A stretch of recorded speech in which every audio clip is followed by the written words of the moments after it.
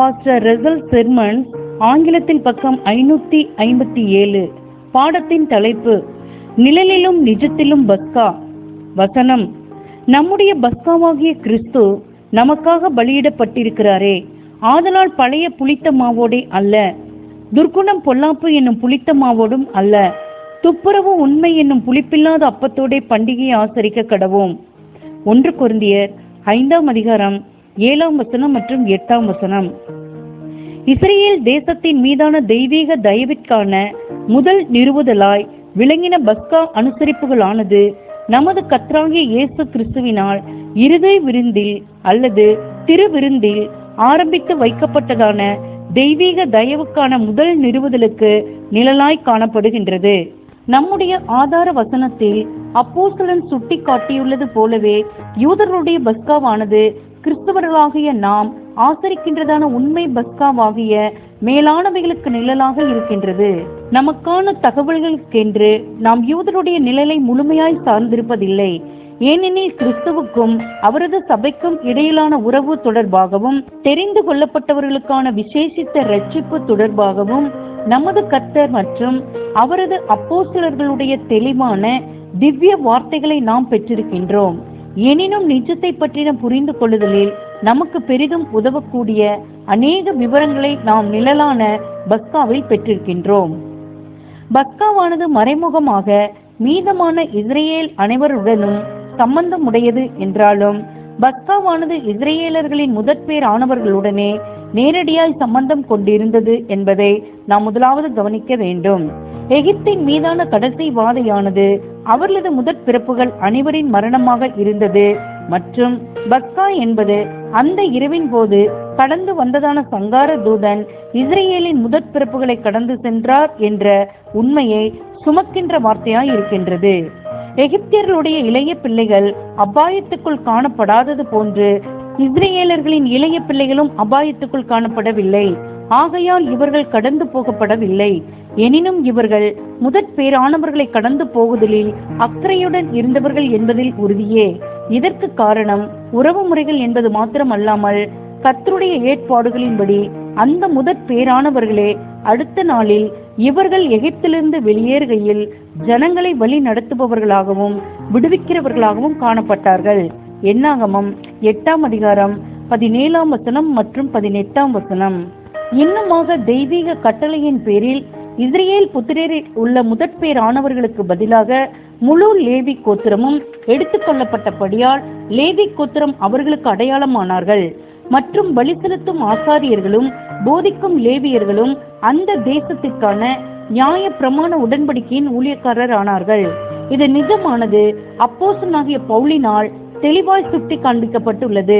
அதாவது இந்த சுவிசேஷ யுகத்தினுடைய தெரிந்து கொள்ளப்பட்ட சபையே பரலோகத்தில் பேர் எழுதியிருக்கிற முதற் பேரானவர்களின் சபையாய் இருக்கின்றது என சுட்டி காண்பிக்கப்பட்டுள்ளது. இவர்களே புது உடன்படிக்கையின் ஊழியக்காரர்களாய் இருக்க போகின்றார்கள்.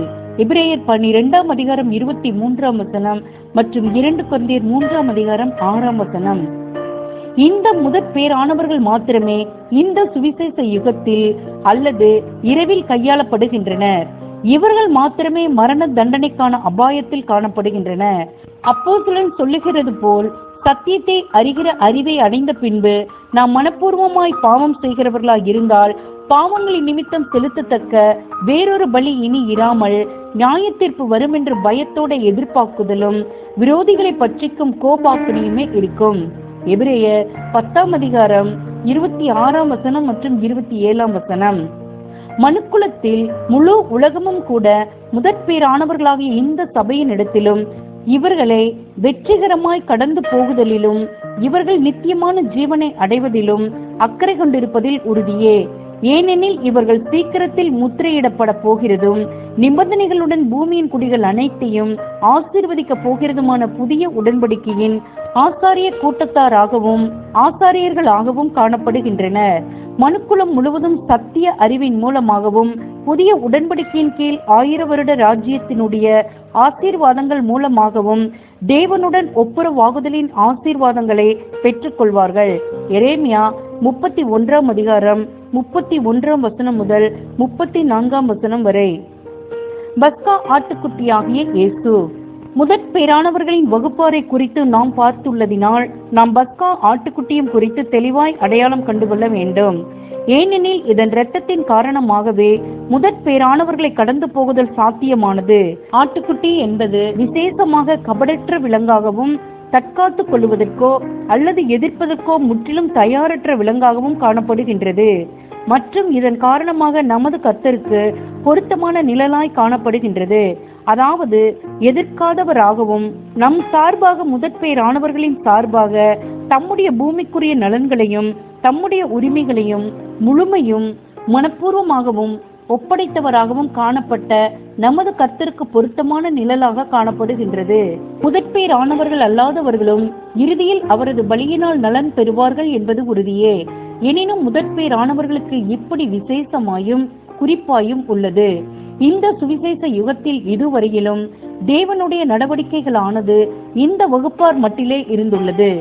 இவர்கள் மாத்திரமே பிதாவினிடத்தில் நீதிபரராகிய இயேசு கிறிஸ்துவை பரிந்து பேசுகிறவராக பெற்றிருக்கின்றனர். 1 யோவான் 2 அதிகாரம் 1 மற்றும் 2 இதுவரையிலும் இவர்கள் மாத்திரமே தேவனிடம் ஒப்புரவாகி உள்ளனர். அவிசுவாசிகளுக்கு தேவனுடைய ஆசீர்வாதங்கள் அனைத்துமே எதிர்காலத்தில் புது உடன்படிக்கையின் கீழ் கடந்து வரும். ஏனெனில் விசுவாசிகள் மாத்திரமே விசுவாசத்தினால் நீதிமான்களாக்கப்பட்டு விசுவாச உடன்படிக்கை ஆகிய ஆபிரகாமின் உடன்படிக்கையினுடைய ஆசீர்வாதங்களை பெற்றுக்கொள்ள முடியும். உலகத்தின் பாவத்தை சுமந்து தீர்க்கிற தேவ ஆட்டுக்குட்டியானது முதலாவது முதற்பேரானவர்களாகிய சபையை ரட்சிக்கின்றது மற்றும் பின்னர் 1000 வருட காலத்தின் போது ஆபிரகாமின் சந்ததியாக போகிற அனைவரையும் ஆசீர்வதிக்கும். சபையானவள் கர்த்தரோடே கூட அவரது பலியில் பங்கெடுப்பதை அடையாளப்படுத்தும் விதத்தில் நிழல்கள் காணப்படுகின்றன. ஆனால் இந்த பஸ்கா நிழலானது இப்படியானது ஒன்றல்ல. பஸ்கா ஆட்டுக்குட்டியானது நமது கர்த்தராகிய இயேசு கிறிஸ்து உலகத்தின் பாவத்தை சுமந்து தீர்க்கிற தேவ ஆட்டுக்குட்டியாக இருப்பதை அடையாளப்படுத்துகின்றதா இருக்கின்றது. யோவான் 1 அதிகாரம் 29 ஆனால் உலகத்தின் பாவமானது இன்னமும் போக்கப்படவில்லை. நமது கர்த்தர் தம்முடைய புண்ணியத்தினை இன்னமும் உலகத்திற்கென செயலாக்கத்தில் கொண்டு வரவில்லை. மாறாக விசுவாச வீட்டாருக்காக மாத்திரமாகவும் குறிப்பாகவும் செயலாக்கத்தில் கொண்டு வந்துள்ளார்.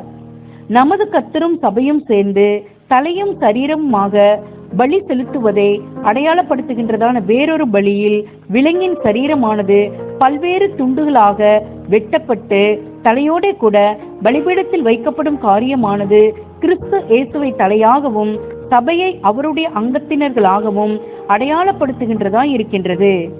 யாத்திராகமம் 29 அதிகாரம் 15 முதல் 18 ஆனால் பஸ்காவின் பலியானது துண்டங்களாக துண்டிக்கப்படக்கூடாது என்பதாக கட்டளையிடப்பட்டிருக்கிறது. அது முழுவதுமாக புசிக்கப்பட வேண்டும். அதன் ஓர் எலும்பு கூட முறிக்கப்படக்கூடாது. அது கிறிஸ்துவையும் சபையும் குறிக்காமல் மாறாக கிறிஸ்துவின் பலியில் அவரை மாத்திரமாகவே அடையாளப்படுத்துகின்றதா இருக்கின்றது. யாத்திராகமம் 12 அதிகாரம் 46 மற்றும் யோவான் 19 அதிகாரம் 36 அந்த இரவில் கடந்து போகுதலானது காலை வேளையில் நடைபெறாமல் இரவிலே நடைபெற்றது என்பது நினைவில் கொள்ளப்பட வேண்டும். காலை வந்த போது இஸ்ரேலர்கள் எகிப்து தேசத்திலிருந்து சுதந்திரம் அடைந்தார்கள். அடிமைத்தனத்திலிருந்து சுதந்திரத்துக்குள் கடந்து போனார்கள். இரவில் அவர்கள் அடிமைத்தனத்திலேயே காணப்பட்டார்கள் மற்றும் முதற்பேரானவர்கள் கடந்து போகப்பட்ட பிற்பாடு மாத்திரமே வரக்கூடிய விடுதலைக்காக காத்திருந்தார்கள். நிழலில் இடம்பெறும் அந்த இரவானது இந்த சுவிசேஷ யுகத்தை அடையாளப்படுத்துகின்றதா இருக்கின்றது. இதே கருத்தானது நமது கர்த்தர் பின்வருமாறு பேசுகையில் வெளிப்பட்டதா இருக்கின்றது. உங்கள் வெளிச்சம் அவர்கள் முன்பாக பிரகாசிக்க கடவது. மீண்டுமாக விளக்கை கொளுத்தி மரக்காலால் மூடி வைக்காமல் விளக்கு தண்டின் மேல் வைப்பார்கள். அப்பொழுது அது வீட்டில் உள்ள யாவருக்கும் வெளிச்சம் கொடுக்கும். மத்தேயு 5 அதிகாரம் 15 மற்றும் 16 இதே கருத்தையே அப்போஸ்தலனாகிய பேதுருவும் பின்வருமாறு கூறுகையில் வெளிப்படுத்துகின்றார். அதிக உறுதியான தீர்க்க தரிசன வசனமும் நமக்கு உண்டு. பொழுது விடிந்து விடிவெள்ளி உங்கள் இருதயங்களில் உதிக்கும் அளவும் இருளுள்ள ஸ்தலத்தில் பிரகாசிக்கிற விளக்கை போன்ற அவ்வசனத்தை கவனித்திருப்பது நலமாயிருக்கும். 2 பேதுரு 1 அதிகாரம் 19 மீண்டுமாக சபையை குறித்து தீர்க்கதரிசி பேசுகையில், உம்முடைய வசனம் என் கால்களுக்கு தீபமும் என் பாதைக்கு வெளிச்சமுமாய் இருக்கிறது. சங்கீதம் 119 105 வசனம். இன்னும் அநேக வேத வாக்கியங்களானது புதிய 1000 வருட யுகத்தினை பகல் என்று குறிப்பிடுகின்றது. அப்போது நீதியின் சூரியனானது உதிக்கும், அதன் செட்டைகளின் கீழ் ஆரோக்கியம் இருக்கும் மற்றும் அதனால் மூட நம்பிக்கை எனும் நிழல்களும் அந்தகார கிரியைகளும் துரத்தப்படும். இந்த அடையாளத்தின் பொருத்தமானது சிந்திக்கிற மனதுக்கு தெளிவாய் தெரிகின்றதாய் இருக்கும். தேவ ஜனங்களினுடைய நம்பிக்கைகளும் உணர்வுகளும் பாவத்தினுடைய இருளுக்குரியதாய் இராததினாலும் இரவுக்குரியதாய் இராததினாலும் பகலுக்குரியதாகவும், உம்முடைய ராஜ்யம் வருவதாக, உம்முடைய சித்தம் பரமண்டலத்தில் செய்யப்படுவது போல பூலோகத்திலும் செய்யப்படுவதாக என்று அவர்கள் ஜெபித்துக் கொண்டிருக்கின்றதான நீதியின் ஆளுகைக்குரியதாகவும் காணப்படுவதினால் அவர்கள் பகலின் பிள்ளைகளாக காணப்படுகின்றனர். 18 நூற்றாண்டுகளுக்கு முன்னதாக நமது கர்த்தர் தாம் உலகத்திற்கு ஒளியாக வந்ததாகவும், மனிதர்கள் ஒளியை பார்க்கிலும் இருளை விரும்பினார்கள் என்பதாகவும் கூறியுள்ளார். யோவான் 8 அதிகாரம் 12 வசனம் மற்றும் 3 அதிகாரம் 19 வசனம் முதல் 21 வசனம். இதுவரையிலும் சொற்பமானவர்கள் மாத்திரமே அவரை மெய்யான ஒளி என்று அடையாளம் கண்டு கொண்டுள்ளனர். ஆனால் இறுதியில் அவர் உலகத்திலே வந்த எந்த மனுஷனையும் பிரகாசிப்பிக்கிறவராய் இருப்பார். யோவான் 1 அதிகாரம் 9 வசனம். அவரோட கூட ஒளியை சுமப்பவர்களாக காணப்படுவதற்கென அவரது சபையும் அழைக்கப்பட்டு இருக்கின்றனர். மேலும் இப்பொழுது தங்களது ஒளியை பிரகாசிக்கும் அனுபவத்தில் இவர்கள் உண்மையுள்ளவர்களாக காணப்படுவார்களானால், தமது சட்டைகளினால் உலகத்தை சுகப்படுத்துகின்றதான அந்த மாபெரும் நீதியின் சூரியனின் பாகங்களாக அக்காலத்தில் காணப்படுவார்கள். இதை நமது கர்த்தர் கோதுமை மற்றும் களைகள் உவமையில் சுட்டி காண்பித்துள்ளார். இந்த யுகத்தினுடைய முடிவில் அவர் கோதுமையை களஞ்சியத்தில் சேர்த்துக் கொள்வார் என்றும், அப்பொழுது நீதிமான்கள் தங்கள் பிதாவின் ராஜ்யத்திலே சூரியனை போல பிரகாசிப்பார்கள் என்றும் கூறியுள்ளார். மத்தேயு 13 அதிகாரம் 43 வசனம். அந்தோ பரிதாபம்! வெகு சொற்பமானவர்களே கேட்கிறதுக்கு காதுள்ளவர்களாகவும் மற்றும் தெய்வீக திட்டத்தினுடைய அருமையான போதனைகளை ஏற்றுக்கொள்பவர்களாகவும் காணப்படுகின்றனர். இரவு முழுவதும் வீட்டு வாசல் நிலைக்கால்களில் இரத்தம். அந்த இரவில் ஆட்டுக்குட்டியின் இரத்தமானது தங்களுடைய வீட்டு வாசல் நிலைக்கால்களிலும் மேற்சட்டத்திலும் தெளிக்கப்பட வேண்டும் என்று இஸ்ரேலர்கள் கற்பிக்கப்பட்டிருந்தனர். இது விசுவாச வீட்டாரில் அடங்கும் யாவரும் கிறிஸ்துவனுடைய வெளியேறப்பட்ட இரத்தத்தை விசுவாசிக்க வேண்டும் என்பதையும் மற்றும் இப்படியாக சபை பாகுபாடின்றி விசுவாசத்தினால் நீதிமானாக்கப்படுவதையும் சுட்டிக்காட்டுகின்றதா இருக்கின்றது. இப்படியாக விசுவாசிப்பது என்பது நம்மை விசுவாச வீட்டாரில் அங்கத்தினர்கள் ஆக்குகின்றது. எனினும் இது நாம் முதற்பேரானவர்களாய் காணப்படுவோமா அல்லது இல்லையா என்பதை நிர்ணயிக்காது. உண்மை உள்ளவர்கள், பரிசுத்தவான்கள், ராஜரீக ஆசாரிய கூட்டத்தார் விசுவாச வீட்டாரில் மூத்த ஸ்தானத்தில் காணப்படுகின்றனர். இந்த ஸ்தானமானது வருஷ தொகையின் காரணமாக இராமல் மாறாக ஆவிக்குரிய வளர்ச்சியின் காரணமாகவே ஆகும். இவர்களது விசுவாசத்தையும் கீழ்ப்படுதலையும் சுட்டி காட்டுகின்றதான மீட்பருக்கொத்த குண லட்சணத்தை உடைய வளர்ச்சியின் விஷயத்தில் இவர்களது முதன்மையின் நிலையில் அடிப்படையில் இவர்கள் ஆசாரியர்களாக மூப்பர்களாக காணப்படுகின்றனர். இதுவே வேத வாக்கியங்களின் அடிப்படையிலான போதனையாய் இருக்கின்றது. இயேசு ஜீவித்தார் மற்றும் இயேசு மரித்தார் என்று மாத்திரம் நாம் விசுவாசிக்கிறவர்களாக இருக்கக்கூடாது. அவர் அநீதி உள்ளவர்களுக்கு பதிலாக நீதி உள்ளவராய் பலியின் மரணம் மரித்தார் என்பதை நாம் விசேஷமாய் விசுவாசிக்க வேண்டும். மற்றும் அவரது விலையேறப்பெற்ற இரத்தத்தின் வாயிலாக அவர் பெற்று தந்ததான மீட்பில் நமது பங்கினை நாம் ஏற்றுக்கொள்ள வேண்டும். நிழலில் வீட்டு வாசல் நிலைக்கால்களின் இரத்தம் தெளிக்கப்பட்ட காரியமானது தேவ ஆட்டுக்குட்டியின் மரணத்திலும் நமக்கான அதன் பயனிலும் அவரது விலையேறப்பட்ட இரத்தத்தை வெளிப்படையாய் அறிக்கை பண்ணுவதை குறிக்கின்றதா இருக்கின்றது. இஸ்ரேலர்கள் இரவில் வீடுகளிலிருந்து வெளியேறக்கூடாது என்று கட்டளையிடப்பட்டிருந்தனர் என்பதை நினைவில் கொள்கின்றோம். ஏனெனில் எகிப்தியர்களை சங்கரிக்கத்தக்கதாக கர்த்தர் கடந்து செல்கையில் அவர் மேற்சட்டங்களிலும் வீட்டு வாசலினுடைய நிலைக்கால்களிலும் இரத்தத்தை காண்கையில் அவர் அந்த வீடுகளை சங்கார தூதன் அணுகிவிடவில்லை. யாத்திராகமம் 12 அதிகாரம் 1-13 வரை. இரத்தம் தெளிக்கப்பட்டுள்ள வீடுகளில் காணப்படுபவர்கள் இரவில் வீட்டிலிருந்து வெளியேறக்கூடாது என்ற கட்டளையானது முதற்பேரானவர்களுக்கு விசேஷமாயும் அழுத்தத்துடனும் பொருந்துகின்றதாய் இருந்தது. நிஜத்தில் இதன் அர்த்தமாவது, முதற்பேரானவர்களாக காணப்படும் நம்மில் எவரேனும் இரத்தத்தின் கீழிருந்து வெளியேறுவார்களானால், அதாவது இயேசுவினுடைய இரத்தத்தின் பயனை, புண்ணியத்தை மறுதளிப்பார்களானால், இத்தகைய செயல்பாட்டிற்கான தண்டனை மரணமாகும். இரண்டாம் மரணமாகும், நம்பிக்கையற்ற மரணமாகும். எபிரேயர் 6 முதல் 6 வரை மற்றும் எபிரேயர் 10 26 முதல் 31. ஆட்டுக்குட்டியை புசித்தல்.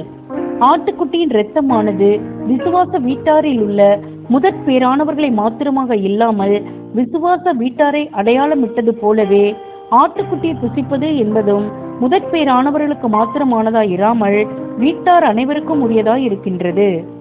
ஆகையால் தான் நமது கர்த்தர் கூறினதாவது, என் மாமிசம் மெய்யான போஜனமாய் இருக்கிறது, மீண்டுமாக வானத்தில் இருந்து இறங்கின அப்பம் இதுவே, இந்த அப்பத்தை புசிக்கிறவனோ என்றென்றைக்கும் பிழைப்பான். யோவான் 6 மற்றும் 58. வேறு வார்த்தைகளில் சொல்ல வேண்டுமெனில், இயேசு சிறந்த விதத்தில் ஆன பலியின் மரணம் மரிப்பது மாத்திரம் போதாது, இன்னுமாக அவரது பலியின் வாயிலாக பயனடைய வேண்டியவர்கள் அனைவரும் அவரை புசிக்க வேண்டும்.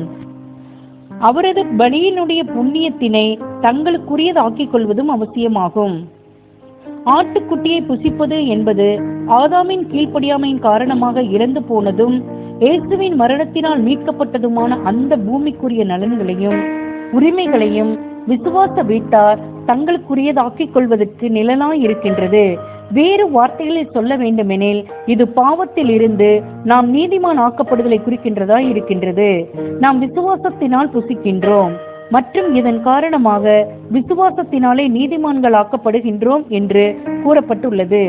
ஆதாமினுடைய பாவத்தினாலான அபாத்திரத்தின் காரணமாக தெய்வீக தயவினின்று நாம் தள்ளிவிடப்பட்டது போலவே, விசுவாசத்தின் மூலமாக நாம் கிறிஸ்துவின் பலியினுடைய புண்ணியத்தின் காரணமாக தேவ தயவுக்குள் மீண்டும் முழுமையாய் கொண்டு வரப்பட்டவர்களாய் நம்மை குறித்து எண்ணிக்கொள்வதற்கு நாம் அனுமதிக்கப்பட்டிருக்கின்றோம்.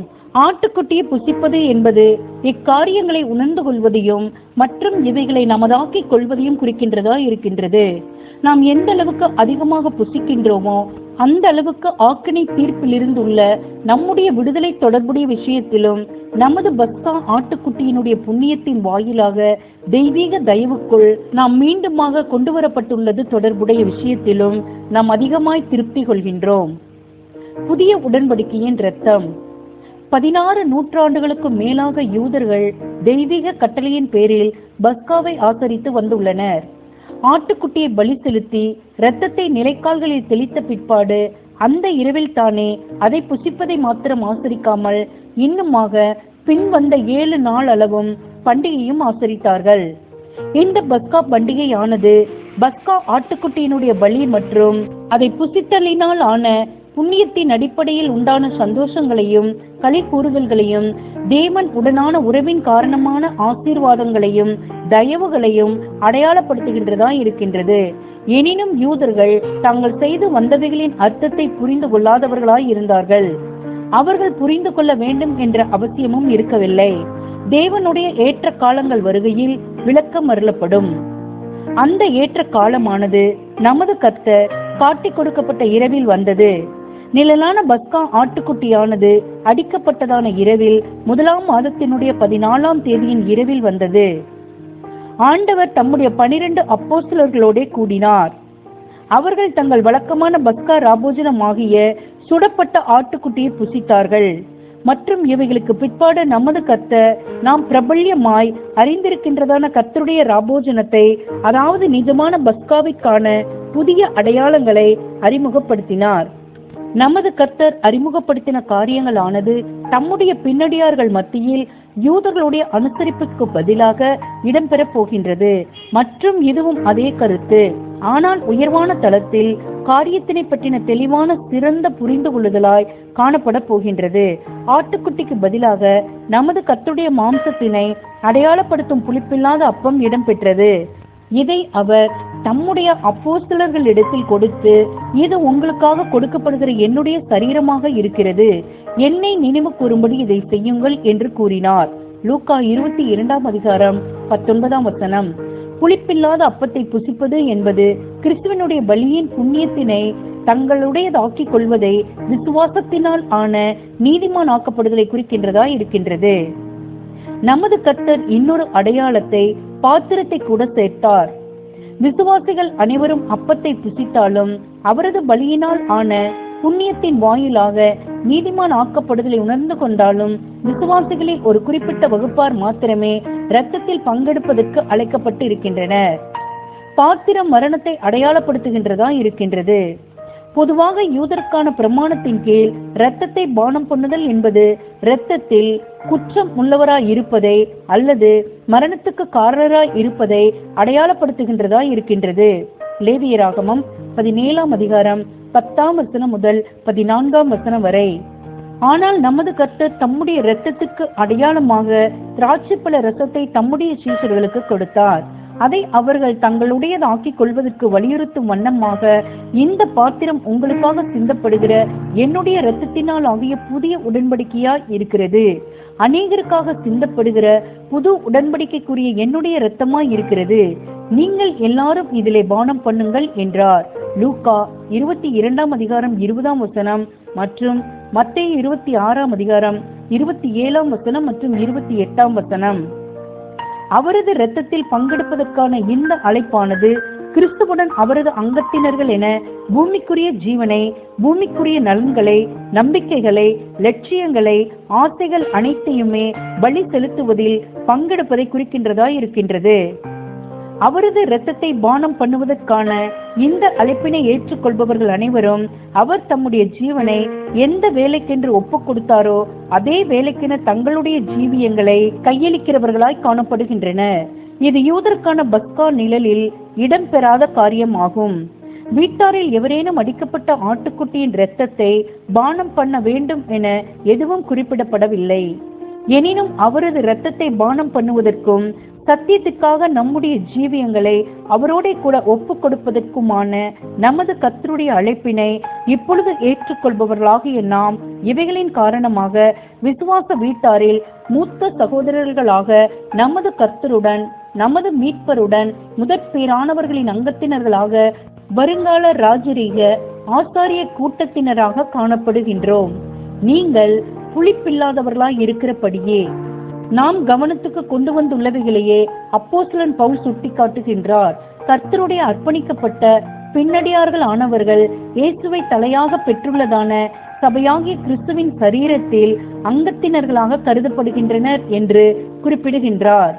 நமக்காக பிற்கப்பட்டுள்ள நமது கர்த்தர் இயேசுவையே பிற்கப்பட்ட அப்பமானது முதலாவதாக குறிக்கின்றது என்றும், இரண்டாவதாக அது கர்த்தருடைய காரணங்களுக்காக தங்களை மனப்பூர்வமாயும் சந்தோஷமாயும் ஒப்பு கொடுக்கின்றவர்களாகிய கிறிஸ்துவின் சபையை குறிக்கின்றது என்றும் அவர் சுட்டிக்காட்டுகின்றார். நாம் பங்கெடுக்கும்படிக்கு அழைக்கப்பட்டதான கிறிஸ்துவினுடைய இரத்தமாகிய பாத்திரமானது கிறிஸ்துவின் பாடுகளிலும் உபத்திரவங்களிலும் நம்முடைய பங்கெடுத்தலை குறிக்கின்றது என்றும் அவர் சுட்டிக்காட்டுகின்றார். செயின்ட் பவுல் என்டர்பிரைஸ், ஏப்ரல் 18, 1916 மற்றும் ஹார்வெஸ்ட் கிளீனிங்ஸ் 3, பக்கம் 814 ஆகிய வெளியீடுகளை பார்க்கவும். ஆகையால் யாரொருவன் அறிந்து நினைவு கூறுதலின் ராபோஜனத்தில் பங்கு கொள்கின்றானோ அவன் பின்வரும் 2 காரியங்களை சுட்டி காண்பிக்கின்றவனாய் இருக்கின்றான். 1. இயேசுவே பஸ்கா ஆட்டுக்குட்டியாக இருக்கின்றார் என்ற அவனது விசுவாசத்தையும் இயேசுவின் புண்ணியத்தில் அவனது பங்கெடுத்தலையும் உணர்ந்து கொள்ளுதலையும் விசுவாசத்தினால் ஆன அவனது நீதிமான் ஆக்கப்படுதலையும் சுட்டி காட்டுகின்றது. மற்றும் 2. கிறிஸ்துவின் சரீரத்தில் அவனது அங்கத்துவத்தை சுட்டி காட்டுகின்றது. அந்த சரீரத்தின் அங்கத்தினர்கள் அனைவரும் பிற்கப்படும்படிக்கு இணங்கி இருக்கின்றனர். ஆண்டவரோடு ஆளுகை செய்யத்தக்கதாக அவரோட கூட பாடுபடுவதன் மூலம், அவரோட கூட அவரது பலியின் பங்கெடுப்பதன் மூலம், ஆண்டவருடைய பாத்திரத்தில் பானம் பண்ணுவதன் மூலம் தங்கள் உண்மையை வெளிப்படுத்துகின்றதான அந்த சிறு மந்தையில் அவனது அங்கத்துவத்தை சுட்டி காட்டுகின்றது. 1 கொரிந்தியர் 10 16 மற்றும் 17. 2 தீமோத்தேயு 2 11 மற்றும் 12. செலக்டட் ரீப்ரிண்ட் எண் 10:13. தலைப்பு: யாரை சேவிப்பீர்கள்? இவனை விடுதலை பண்ணினால் நீர் ராயனுக்கு சிநேகிதன் அல்ல, தன்னை ராஜா என்கிறவன் எவனோ அவன் ராயனுக்கு விரோதி என்றே சத்தமிட்டார்கள். பிலாத்து இவ்வார்த்தையை கேட்ட பொழுது இயேசுவை வெளியே அழைத்து வந்து, யோவான் 19:12 மற்றும் 13. நான் உங்களுக்கு கற்பிக்கிற யாவையும் நீங்கள் செய்வீர்களானால் என் சிநேகிதராய் இருப்பீர்கள். யோவான் 15:14. ராயனுக்கு சிநேகிதர்களா அல்லது இயேசுவுக்கு சிநேகிதர்களா? இதுவே இன்றைக்குரிய கேள்வியாகும். ராயனுடைய சிநேகிதர்களே, இயேசுவினுடைய சிநேகிதர்களே, தாமதமின்றி உங்கள் முடிவுகளை எடுங்கள். நீங்கள் மனுஷருடைய கட்டளைகளுக்கு காத்திருப்பீர்களேயாகில் ராயனின் நட்பை பெறுவீர்கள். பிதாவின் கட்டளைகளை கை கொள்ளுவீர்களேயாகில் ஏளனத்தையும் நிந்தனையையும் அடைவீர்கள். ராயனுடைய சிநேகிதர்களே, இயேசுவினுடைய சிநேகிதர்களே, நின்று காண்பியுங்கள் உங்கள் தெரிவு எப்பக்கம் என்று. யார் 2 எஜமானர்களுக்கு உண்மையாய் ஊழியம் செய்ய முடியும்? யாரால் 2 எதிரெதிரான கொடிகள் தானே பிடித்திருக்க முடியும்? இயேசுவின் நண்பர்கள் அவரை விலைமதிப்பில்லாதவராக எண்ணியே மற்ற எல்லா லாபங்களையும் அவருக்காக இழக்கின்றனர். உலக மனிதர்களின் புகழை விடவும் இயேசுவின் புன்னகையை இனிமையானது என எண்ணுகின்றனர். ராயனிடமிருந்து விடுதலையாகி இயேசுவின் சிநேகிதரானவர்களே, போர் வீரர்களாய் நில்லுங்கள், பயப்படாதேயுங்கள். கடுமையாய் அன்பு பரீட்சைக்குள்ளாகுகின்றது, திடன் கொள்ளுங்கள். சமீபமாய் இருக்கிறார் கர்த்தர். தொடர்ந்து அவர் நாமத்தை அறிக்கை பண்ணுங்கள். அவர் தலைக்கு அலங்காரமான கிரீட முடிதனை பின்னிடுங்கள். ஆசீர்வாதம் நிறைந்த அவரது கரங்கள் உயர்த்தப்பட்டுள்ளது. உன்னுடைய ஒத்தாசைக்காய் இப்பொழுது. ராயனின் சிநேகிதர்களாய் இருந்த நம்மை இன்று அவரது சிநேகிதர்களாய் வென்றுவிட்டார். மணவாளன் தொலைவில் இருக்கும் போது அவருக்கு போட்டியாக வேறெந்த நட்பு நம்மை பிரித்திடக்கூடும்? இல்லை. கிருபையின் மூலம் நாம் ராயனுடையதை ராயனிடத்திற்கும் தேவனுடையதை தேவனிடத்திற்கும் ஒப்படைத்து விடுகின்றோம். துதிகளையும் ஜெபங்களையும் மரியாதைகளையும் நாம் தேவனுக்கு ஏறெடுக்கின்றோம். Poems of the Way, page number 98. தலைப்பு: பெத்தானியாவின் மரியாள். வசனம்: மத்தேயு 26:6 முதல் 13 மற்றும் யோவான் 12:1 முதல் 8 மற்றும் மாற்கு 14:3 முதல் 9. ஆகமங்கள் கூறியவாறே இயேசு தமது நேரம் நெருங்கிவிட்டதை அறிந்தே எப்படி சிலுவைதனில் விரைவில் மரிக்க வேண்டும் என்றே விழுந்து போன மனுக்குலத்துக்கு ஈட்டுக்கிரியம் கொடுத்து வாங்க எருசலேம் வழி மீதினில் தம் முகத்தை திருப்பியே பயணித்தாரே. குறிக்கப்பட்ட அவரது நேரத்துக்கு முன்பே, ஒரு நாளின் குறுகிய முடிவிற்கு முன்பே, லாசரு மரியாள் மார்த்தாள் வீட்டிற்கே வந்தாரே. அவர்களும் பரிசுத்த சிந்தனைகள் மனதினில் தேக்கி வைத்தே இதற்கு முன்பை விடவும் அதிகமாகவே வரவேற்றனரே. அங்குதானே கல்லறை தனிலே அவர்களது சகோதரர் லாசரு மரித்திருந்தாரே. கிறிஸ்துவின் சிநேகிதன் மரணத்தின் கரத்தினால் அடிக்கப்பட்டிருந்தாரே. ஆனால் இயேசு அவரை மீண்டும் எழுப்பினாரே. தேவ வல்லமை பயன்படுத்தப்பட்டதே, மகிமைப்படுத்தப்பட்டதே. அவருக்கென்றே இப்பொழுது விருந்தொன்றை ஆயத்தம் செய்தனரே. லாசரு அவரோடே அங்கே அமர்ந்து விருந்துண்டாரே. மரியாளோ அவர் பாதம் அமர்ந்தே பாடம் கற்றுக்கொண்டிருந்தாளே. மார்த்தாளின் சேவையும் குறைவுபட்டதல்லவே. மரியாளின் கண்களோ அமைதியான ஜெபவீடாகுமே. அவள் மனதுக்குள்ளே வேறெந்த எண்ணத்திற்கும் அனுமதி இல்லை. அவனோ இருந்தானே, ஆனால் திரும்பி வந்தானே. அவனை திரும்ப கொண்டு வந்தவரும் அங்கே வந்துள்ளாரே. ஆழமான அன்போ மற்றெல்லாவற்றையும் பின்னுக்கு தள்ளிவிட்டதுவே. அவளது ஆர்வமிக்க பார்வையோ இப்போது வாழ்ந்து கொண்டுள்ள அவள் சகோதரன் முகம் மீதே பதிந்ததுவே. அவன் வாழ்க்கையில் மீதே வந்து நிலை நின்றதுவே. ஒடுங்க வேண்டிய நினைவுகளோ நுண்ணிய பயங்களோ முழுமையான மகிழ்ச்சியிலே மிதந்து கொண்டு இருந்ததுவே. அவளோ குனிந்தே இரட்சகர் பாதம் தன்னை கண்ணீரில் குளிக்க வைத்தாளே. விலை மதிப்பில்லா நலகம் எனும் தைலத்தினால் குளிக்க வைத்தே தன் தலை கூந்தலால் துவட்டி விட்டாளே. ஆனால் அங்கே ஒருவன் கடுமையாகவே இச்செயலினை எதிர்த்தானே. அவன் மனம் அன்பிற்கு குருடாக்கி விட்டதே. இத்தனை விலையேற பெற்ற தைலத்தை வீணாய் உடைத்ததும் ஏனோ? முற்றிலும் விற்றை முழுவதும் ஏழைக்கு கொடுத்திடலாமே. மனதிற்குள்ளே வேறொன்றை எண்ணியபடியே இப்படியாகவே யூதா சொன்னதால் கூச்சலும் குழப்பமும் நிலவியதே. தன்னலம் மிகுந்தே பிறர் நலன் நோக்குவதாய் பொய் சொன்னானே. பணத்தை மிக மிக அதிகமாய் நேசித்த யூதாசும் ஏழையை மிக மிக குறைவாய் நேசித்தானே. அவனது கரத்திலே காசுப்பை இருந்ததுவே, அதனுள்ளே இட்ட பணத்தினையும் களவாடுதல் செய்தானே.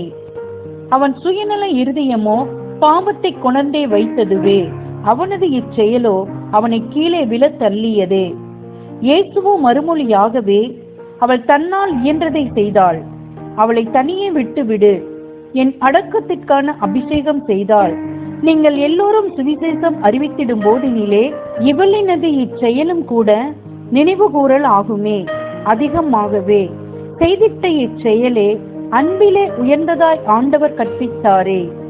செயல்தான் பேசப்பட்டதே, அன்பு அதனை பேச வைத்ததே. அவளது அன்பே இன்றும் பேச வைத்த செயலாய் மாறியதே. இனிமையான நறுமண தைலத்தின் மூடியை திறந்த மரியாள் அதை இயேசுவின் பாதத்தில் ஊற்றிய போதே, ஆ மரியாளே, உன்னிடம் இருந்தே நாங்கள் கற்றுக்கொண்டோமே. நமது கர்த்தருக்கு முன்பாக எல்லாவற்றையும் கையளிக்கின்றோமே.